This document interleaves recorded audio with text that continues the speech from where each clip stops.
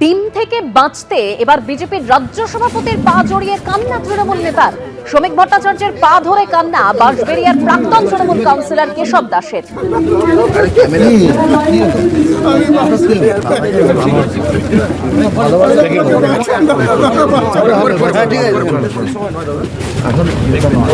ঠিক জায়গায় আপনি বলবেন সেটা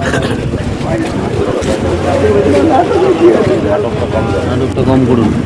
কি হয়েছে কেশব, কি হয়েছে তোমার? আরে আমার কাছে আমি রানা মুখার্জি, দেবজিৎ মুখার্জি 10 লক্ষ টাকা চেয়েছে। কিসের জন্য চেয়েছে? দিতে হবে, নাহলে আমাকে ডিম পচা মারবে, নাহলে আমাকে কোমরে দড়ি পরে ঘোরাবে, এইসব করেছে। এটা নিয়ে কি তুমি কি করতে অভিযোগ করতে এসেছো? আমি এখন শ্রমিকদের সঙ্গে কথা বলতে চাইছি। হ্যাঁ, কি হচ্ছে এটা, কি করছো তোমরা?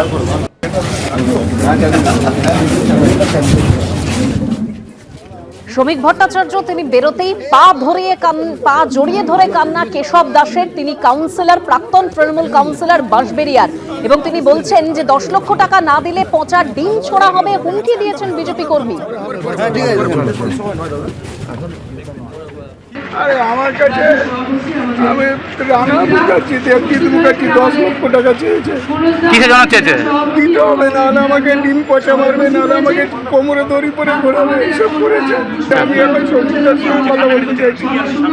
এমনি তৃণমূল কাউন্সিলরদের উপর বিশ্বাস নেই, তার সত্ত্বেও যদি এমন কোনো ঘটনা ঘটে যে আমাদের বিজেপির কার্যকর্তারা টাকা পয়সা চেয়ে থাকে, তার যদি যথার্থ প্রমাণ থাকে যে ওনার সঙ্গে চেয়েছে, তার যদি কিছু প্রমাণ থাকে, তাহলে এই বিষয়ে আমরা দলগতভাবে পার্টির যেটা নির্দেশ হবে সেই নাম হিসেবে কাজ করা যাবে। তার বিরুদ্ধে নিশ্চয়ই তখন ব্যবস্থা নেওয়া হবে। কিন্তু যদি এই ধরনের কাজ না করে শুধু কাউকে হ্যারেস করা হয়, তাহলেও সেটাকে পার্টি দেখবে।